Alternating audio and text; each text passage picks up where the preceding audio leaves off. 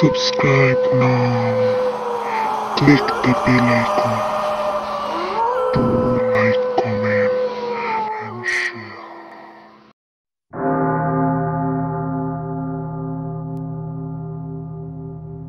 Hello viewers, আমি লামিয়া আপনাদের স্বাগতম জানাচ্ছি মিডনাইট স্টোরি পিএসবি চ্যানেলে। শ্রোতা বন্ধুরা, আজ আমি আপনাদের জন্য নিয়ে এসেছি এমি ক্রসের লেখা সিস্টার এলসার তৈলচিত্র নভেলটির তৃতীয় পর্ব নিয়ে। আগের দিন আমরা যেখানে শেষ করেছিলাম, আজ তার পরবর্তী অংশ থেকে শুরু হবে। তবে গল্প শুরুর আগে নতুন অডিয়েন্সদের কাছে রিকোয়েস্ট, যারা এখনও আমাদের পরিবারের সদস্য হননি তারা দয়া করে আমাদের চ্যানেলটিকে সাবস্ক্রাইব করে আমাদের পরিবারের সদস্য হয়ে যান। তো শ্রোতা বন্ধুরা, শুরু করছি এমি ক্রসের লেখা সিস্টার এলসার তৈলচিত্র, আজ পর্ব ৩। বাড়ির পেছন দিকে একটা ঘর টোয়েনার তার থাকবার জন্য বেছে নিয়েছেন। ঘরটা মোটামুটি বসবাসযোগ্য অন্যান্য ঘরের তুলনায়। ঘরটায় ঢুকে টোয়েনার যখন তার সুটকেসটা রাখছেন, সেই সময় বাইরে থেকে কিছু উত্তেজিত কণ্ঠস্বর তার কানে এলো। ঘরটায় কিরকম একটা ছাতা ধরা গন্ধ, বোঝাই যায় অনেক দিন এই ঘর ব্যবহার হয়নি। পায়ে পায়ে জানলার ধারে এগিয়ে গেলেন টোয়েনার। একটা পাল্লা সামান্য ফাঁক করে এ ঘর থেকে চারপাশের পরিবেশ পরিস্থিতিটা বোঝার চেষ্টা করতে লাগলেন। জানলাটা ফের বন্ধ করে ঘরের ভেতরে মুখ ফিরিয়ে তিনি খানিকটা হতাশ হলেন। এই ঘরে মোটেও পর্যাপ্ত আলো নেই। তাকে ছবি আঁকার কাজ হয়তো বাইরে বসেই করতে হবে। সেটা অবশ্য খুব একটা খারাপ হবে না। টোয়েনার মনে মনে বলে উঠলেন, ওহ, এই ইংল্যান্ডে এরকম একটা জায়গাও রয়েছে তাহলে, রিয়েল ইংল্যান্ড। আর ঠিক এই সময় পাশেই কোনো ঘরের দরজার মৃদু ক্যাঁচ ক্যাঁচ শব্দ শোনা গেল, যেন কেউ তার পাশের ঘরের দরজাটা খুলল। তারপরেই একটা পায়ের আওয়াজ এগিয়ে যেতে লাগলো সিঁড়ির দিকে। টোয়েনার জানেন এ বাড়ির মালিক মিস্টার স্মিথ খুবই বুড়ো আর স্বাভাবিক হাঁটাচলা করতে একেবারেই অক্ষম। একটু আগেই তার সাথে তার কথা হয়েছে। যে মানুষটি ভালো করে দাঁড়াতেও পারে না, তার পক্ষে কোনোভাবেই সম্ভব নয় এত দ্রুত হেঁটে সিঁড়ির দিকে যাওয়া। এ নিশ্চয়ই অন্য কেউ। তার মানে এই ওল্ড বটলে তিনি একা নন, আরও একজন কেউ থাকে। তার মতো আরও কোনো বোকাও তাহলে এখানে রুম বুক করে বাস করছে। নিজের আনা সামানগুলো খুলে ভেতর থেকে জিনিসগুলো বের করতে করতে টোয়েনার ভাবতে লাগলেন, এখানে ঘর ভাড়া নিয়ে একটা দিক থেকে সুবিধে, এই জায়গাটায় কেউ আমায় চেনে না। নইলে তো আমার ভয় ছিল ক্রফোর্ডের কেউ আমায় চিত্রকর অ্যান্থনি টোয়েনার বলে চিনে ফেলবে না তো।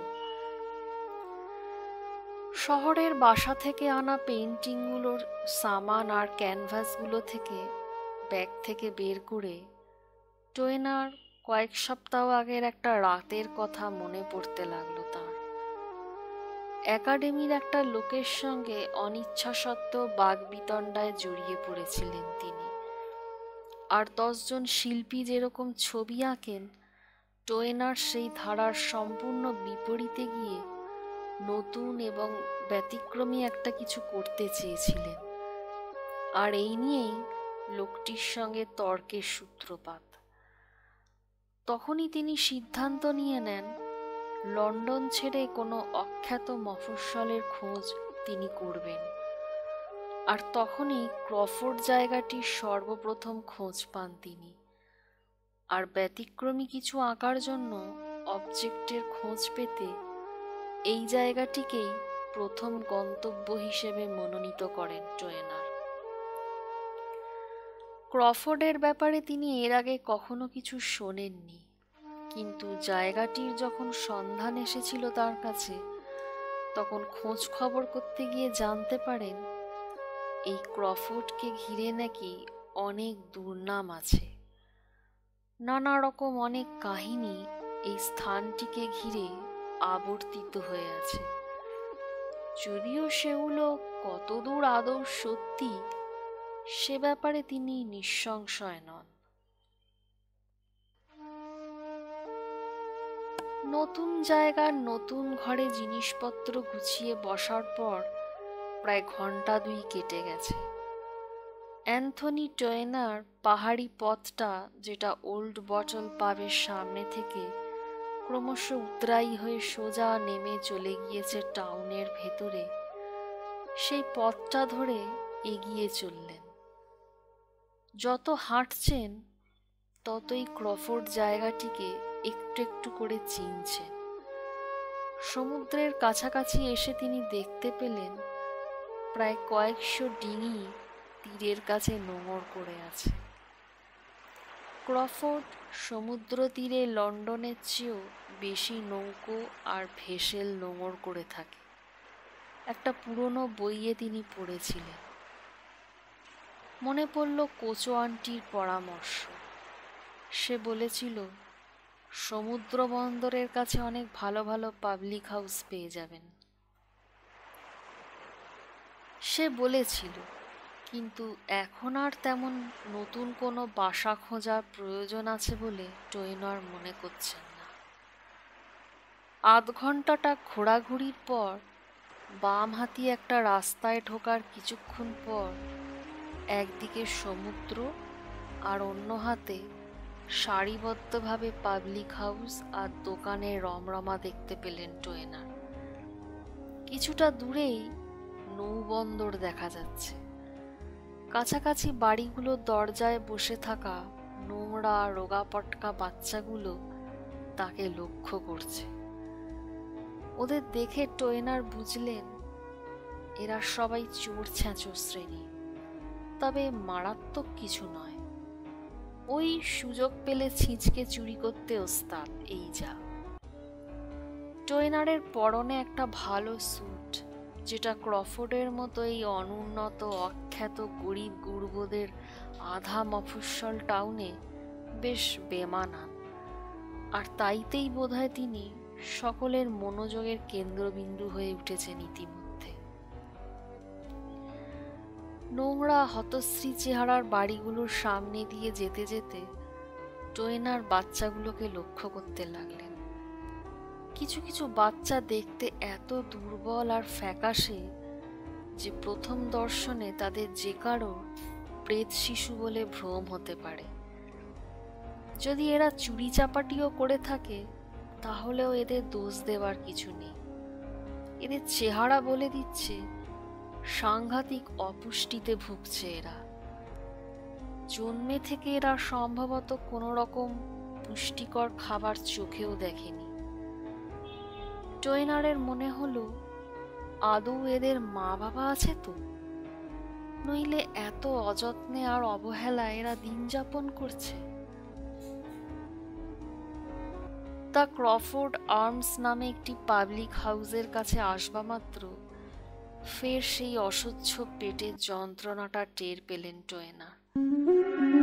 ইচ্ছে ছিল এই অপরিচিত অখ্যাত টাউনটা আরেকটু ঘুরে ফিরে দেখবেন, কিন্তু পেটের যন্ত্রণাটা ক্রমশ এত চাগিয়ে উঠছে যে এই মুহূর্তে কোথাও একটু বিশ্রাম না নিলেই নয়। দ্য ক্রফোর্ড আর্মস পাবলিক হাউসটা মোটের ওপর ভালো জায়গা বলেই মনে হচ্ছে। দেরি না করে টোয়েনার পাবলিক হাউসটির দরজায় এসে দাঁড়ালেন। দরজার কাঁচের মধ্যে দিয়ে ভেতরে জনা কয়েক মানুষকে ইতিউতি টেবিল ঘিরে বসে থাকতে দেখতে পেলেন।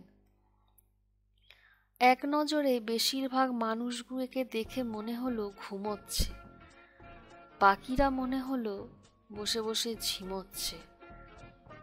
তবে একটু দূরেই এক মহিলাকে বারে বসে কাজ করতে দেখতে পেলেন টোয়েনার। তিনি আর দেরি না করে জীবন একরকম বাজি রেখে ঢুকেই পড়লেন ভেতরে। বাড়ের দায়িত্বে থাকা মহিলাটি চোখ তুলে তার দিকে আর চোখে একবার দেখে সামান্য দেঁতো হাসি ফুটিয়ে জিজ্ঞেস করলেন, বলুন কি লাগবে? আমাদের এখানে হ্যান্ডসাম খদ্দের প্রায় আসেনি না। টোয়েনার বললেন, আমার এক পেগ বিয়ার দরকার। টোয়েনারের আশা এখানে বিয়ার খাওয়ার মতো খদ্দের খুব কমই আছে। মহিলাটি যখন গ্লাসে বিয়ার ঢালছেন ততক্ষণে টোয়েনার উৎসুক চোখ দুটো ঘুরিয়ে ঘুরিয়ে পুরো ঘরটাকে দেখতে লাগলেন এবং দেখে আশ্বস্ত হলেন যে তার দিকে উপস্থিত খদ্দেরদের মনোযোগ প্রায় নেই বললেই চলে।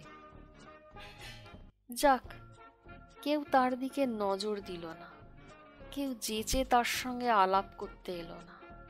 এটাই যা স্বস্তি। লন্ডনে সবাই যে শুধু তার নাম জানতো তাই নয়, তার মুখটাও কারোর কাছে অপরিচিত ছিল না। বারমেড মহিলাটি জিজ্ঞেস করল, আপনি মনে হয় এই ক্রফোর্ডে নতুন, তাই না? টোয়েনার এতক্ষণ পুরো পাবলিক হাউসটিকে চোখ ঘুরিয়ে ঘুরিয়ে দেখছিল। সহসা বারমেড মহিলাটির কথা কানে আসতে তার দিকে ঘুরে উত্তরে বললেন, হ্যাঁ, ঠিকই বলেছেন, আমি এখানে নতুন। বারমেড মহিলাটি বলতে লাগলো, আমি নতুন মুখ দেখলেই বুঝতে পারি। এই ব্যাপারে আমি একটু একটু অভিজ্ঞ আছি। তা কি কারণে আপনার এই ক্রফোর্ডে আসা, স্যার? আমি এই পর্যন্ত বলে একটু ইতস্তত করতে লাগলেন টোয়েনার। আসলে তিনি এই অপরিচিত মহিলাকে তার আসার আসল কারণটা খুলে বলতে রাজি নন। টোয়েনারের ইতস্তত ভাবটাকে পাত্তা না দিয়েই বারমেড মহিলাটি বলতে লাগলো, বিজনেসের কাজে যদি এসে থাকেন তাহলে আপনাকে শুরু থেকেই অ্যাডভার্টাইজটা একটু ভালো করে করতে হবে। চট করে আপনার পসার এখানে জমবে না। টোয়েনার এবার বললেন, আমি বিজনেসের কাজে এখানে ঠিক আসিনি। মহিলাটি বলল, আপনি যদি লন্ডন থেকে আসেন আর এখানকার হাল হাকিকত কেমন দেখবার জন্য আপনাকে এখানে পাঠানো হয়ে থাকে, তাহলে আপনাকে এখনই এখান থেকে ঘুরে চলে যেতে হবে। মহিলার কথার পিঠে এবার টোয়েনার বলে উঠলেন, আমি কাস্টমসের লোক নই ম্যাডাম, আপনি খামোখায় ব্যাপারে চিন্তিত হবেন না। টোয়েনারের পানীয় প্রস্তুত। পাওনা দামটুকু চুকিয়ে নিতে নিতে বারমেড মহিলাটি এবার লম্বা একটা স্মাইল দিয়ে বলল, ব্যাস, এটুকুই শুধু জানার ছিল আমার। একটু থেমে সে ফের বলতে লাগলো, এই ক্রফোর্ডে কাস্টমসের লোক সেই শেষবার এসছিল, তা আজ প্রায় 10 বছর হয়ে গেছে। 50-এরও বেশি নৌকো ওরা পুড়িয়ে দিয়েছিল, আর 20 জনেরও বেশি মানুষকে নিজেদের হেফাজতে নিয়ে গিয়েছিল, যাদের বেশ কয়েকজন আর কখনো ফিরে আসেনি। এরপর আর কখনো কোনো কাস্টমস অফিসারকে তল্লাটে আসতে দেখা যায়নি। আমিও চাই না তাদের কেউ আর কখনো এই ক্রফোর্ডে পা রাখুক। বিয়ারের গ্লাসে চুমুক দিতে দিতে পেটের ব্যথাটা তীব্র আকার ধারণ করল টোয়েনারের। এত তীব্র হয়ে উঠল সেই ব্যথা যে টোয়েনার চোখে মুখে সেই অসহ্য ব্যথার বহিঃপ্রকাশ এড়াতে পারলেন না। ওদিকে বারমেড মহিলাটিরও নজর এড়ালো না তা। সে বলে উঠল, স্যার, আপনার মনে হচ্ছে কোথাও খুব কষ্ট হচ্ছে? বলতে বলতে টোয়েনারের আপাদমস্তক চোখ বোলাতে বোলাতে তাকে লক্ষ্য করতে লাগলো সে। ওদিকে টোয়েনারও যন্ত্রণায় কুঁকড়ে গিয়ে পেটে হাত দিতেই মহিলাটি সেদিকে লক্ষ্য করে খানিক উদ্বিগ্ন গলায় বলল, আপনার কি পেটে যন্ত্রণা হচ্ছে স্যার? পেটে বা পেটের কাছাকাছি কোথাও? টোয়েনার কোনো জবাব দিতে পারলেন না। তিনি যন্ত্রণায় কুঁকড়ে গিয়ে বসে রইলেন থম মেরে। মহিলাটি ফের বলল, আপনি তো বাকিদের মতো এখনো খুব বেশি বিয়ার খেয়ে ফেলেননি, সবে তো মাত্র 2টো সিপ দিয়েছেন, তাই বিয়ারটা খেয়ে পেট ব্যথা হচ্ছে এমনও হতে পারে না। ও কিছু না, আমি ভালোই আছি, বেশ কিছুক্ষণ পর কেটে কেটে বললেন টোয়েনার। মহিলাটি এবার বলল, আপনি ভালো না থাকলেও আমার এক্ষেত্রে করণীয় কিছুই ছিল না স্যার। এখন সাবধানে বাসায় ফিরে যান। টাউনের বেশি ভেতরে আর যাবেন না। লোকজন এখানে খুব একটা বন্ধুসুলভ নয়, বেশিরভাগই নাবিক আর কলকারখানার শ্রমিক। ওদের আচরণ ভালো না মোটেও। বলতে বলতে চেয়ারে হেলান দিয়ে বসে মহিলাটি ফের বলতে লাগলো, বিশেষ করে স্টার অ্যান্ড গাটার জায়গাটিকে এড়িয়ে চলবেন। ওখানে মিলের শ্রমিকরা দিনের শেষে এসে জড়ো হয়।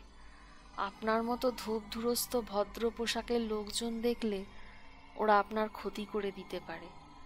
তাই বলি, এখান থেকে আর টাউনের বেশি ভেতরে যাবেন না, বাসায় ফিরে যান।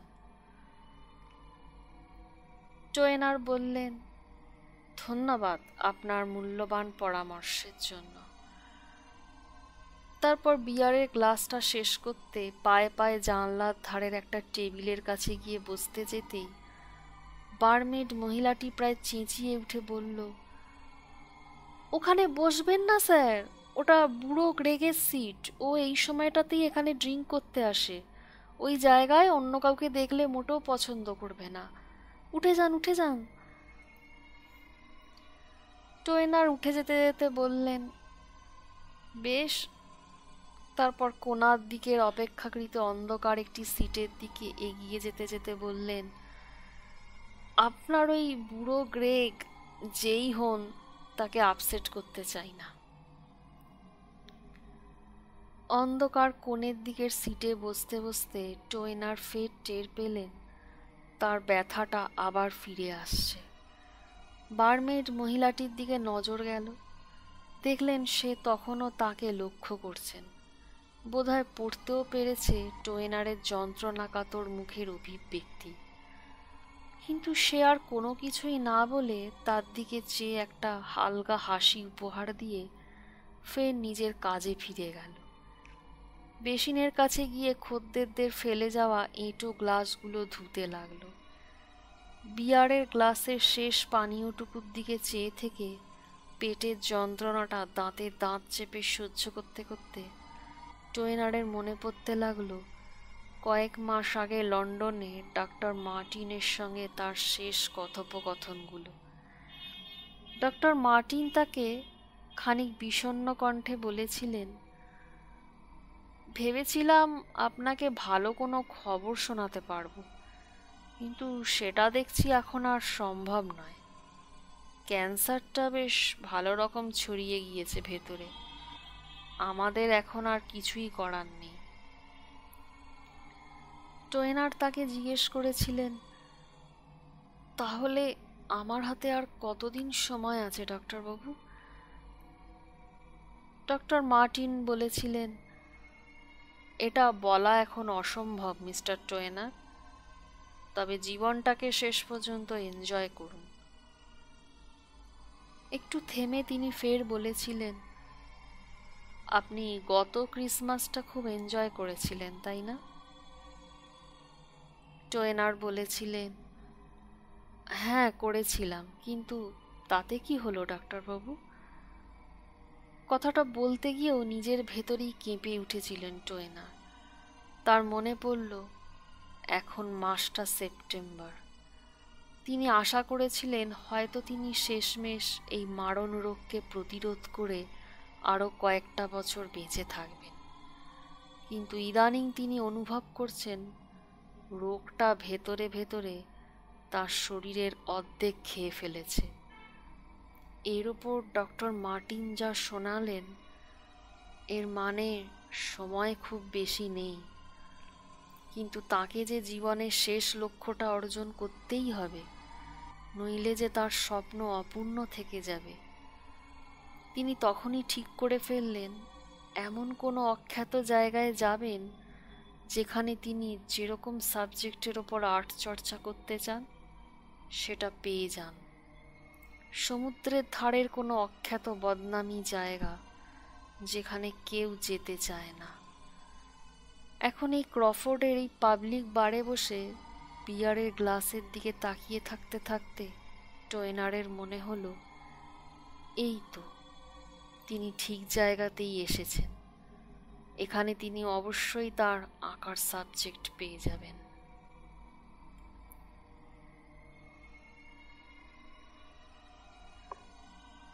শ্রোতা বন্ধুরা, এই পর্বটি এখানেই সমাপ্ত। আগামী পর্ব নিয়ে আমি খুব শিগগিরই আসছি। আপনাদের আমাদের চ্যানেল ভালো লাগলে দয়া করে আমাদের চ্যানেলটিকে সাবস্ক্রাইব করবেন, লাইক করবেন, কমেন্ট দিয়ে নিজেদের মতামত দেবেন। ধন্যবাদ।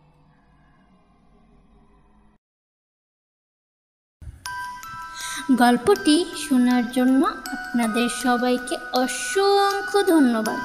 পরবর্তী পর্ব পেতে অবশ্যই আমাদের চ্যানেলটি সাবস্ক্রাইব করুন এবং বেল আইকনটি ক্লিক করুন। গল্পটি ভালো লাগলে অবশ্যই ভিডিওটিতে লাইক ও কমেন্ট করে জানাবেন। শুভরাত্রি।